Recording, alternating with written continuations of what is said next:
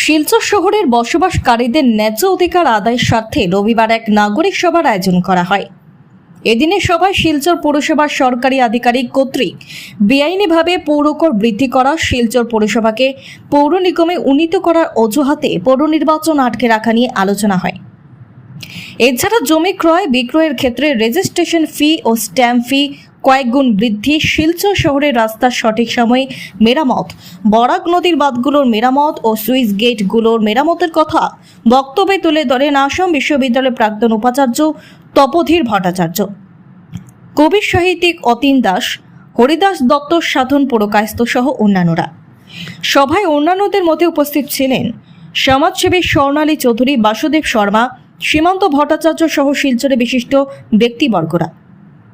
Bureau report, daily Barak. আপনারা আপনাদের সুচিন্তিত মতামত ব্যক্ত করবেন, তার মাধ্যমে আমরা বৃহত্তর শিলচরব্যাপী একটা তীব্র আন্দোলন আমরা গড়ে তুলব এবং সেই আন্দোলনের ফলে সরকার বাধ্য হবে, কর্তৃপক্ষ বাধ্য হবে যে এই যে বর্ধিত ব্যবস্থা নেওয়া হয়েছে করের ক্ষেত্রে জলের কর এবং গৃহ করের ব্যাপারে এটা স্থগিত রাখতে, এটা পুনর্মূল্যায়ন করতে ওরা বাধ্য হবে।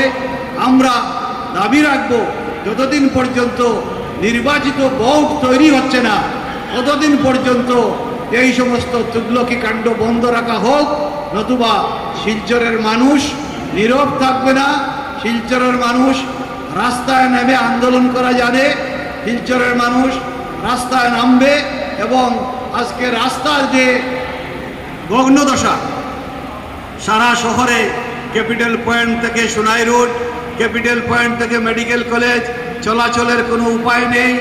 এক ডিপার্টমেন্ট আরেক ডিপার্টমেন্টের উপর দোষারোপ করছে।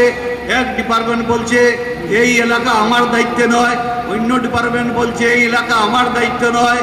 একদিকে অমৃতের পাইপ বসিয়ে রাস্তাকে ড্যামেজ করা হয়েছে, পিডব্লিউডি ডিপার্টমেন্ট বলছেন অমৃতের এটা দায়িত্ব, যারা পাইপ বসিয়ে রাস্তা ড্যামেজ করেছে তাদেরকে এটা ঠিক করতে হবে। আমি পিডব্লিউডির ইঞ্জিনিয়ারকে বললাম, রাস্তা তো আপনার, পিডব্লিউডির রাস্তা, আপনার রাস্তা ঠিকমতো মেনটেন করার হচ্ছে কিনা সেটা তো দেখার দায়িত্ব আপনার।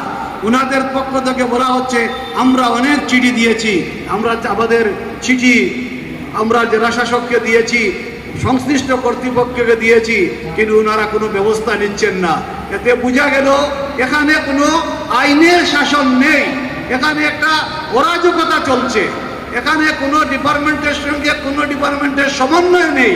এই সমন্বয় সৃষ্টি করার দায়িত্ব হচ্ছে জেলা শাসকের। জেলা শাসকও আমরা দেখছি এই ব্যাপারে ব্যর্থ হয়েছে। সুতরাং এইসব সামগ্রিক ব্যাপারে নিয়ে আমরা আজকে আলোচনার জন্য আজ এই নাগরিক সভা আমরা আহ্বান করি। এবং যেখানে কোনো পৌর বোর্ড নেই, পৌর কর্তৃপক্ষ নেই, কোনোভাবে এটাকে সঙ্গত বলে ধরা যায় না। এছাড়া প্রতিটি ফিস, প্রতিটি ফর্ম, এমন 274টি ফর্ম আছে, 274-এর বেশি ফিজ আছে যেখানে এনহ্যান্সমেন্ট করা হয়েছে। এবং রেট অফ এনহ্যান্সমেন্ট যদি শুনেন আপনারা, এক একটাতে 3 টাইমস, 4 টাইমস, 5 টাইমস করা হয়েছে। এটা কি ধরনের বৃদ্ধি, কে করলো সেই বৃদ্ধি, এটারও কোনো হদিশ নেই। এই সমস্ত ব্যাপারে আমাদের এই ক্ষোভ। এছাড়া রাস্তাঘাটের ব্যাপার সম্পর্কে আমরা এইসব বলার আর অপেক্ষা রাখে না, কারণ রাস্তাঘাটের যে দুর্দশা এটা অবর্ণনীয়। এবং আজকে এই কিছুদিন আগে আমরা ফ্লাড থেকে একটু আমাদের রিলিফ হয়েছে, কারণ আপনারা জানেন 3-4 বার আমাদের বন্যা হয়ে গেছে, কিন্তু আমরা কোনোভাবেই সেই বন্যাকে রোধ করতে পারছি না, কারণ রোধ করা সম্ভবও নয়। কারণ নমামি বরাককে আমরা অনেক স্বপ্ন দেখেছি, তারপর বাঁধ নির্মাণ হবে বলে সেখানেও আমরা অনেক স্বপ্ন দেখেছি, কিন্তু সবই ছিল মানে আশা দেখানো। কিন্তু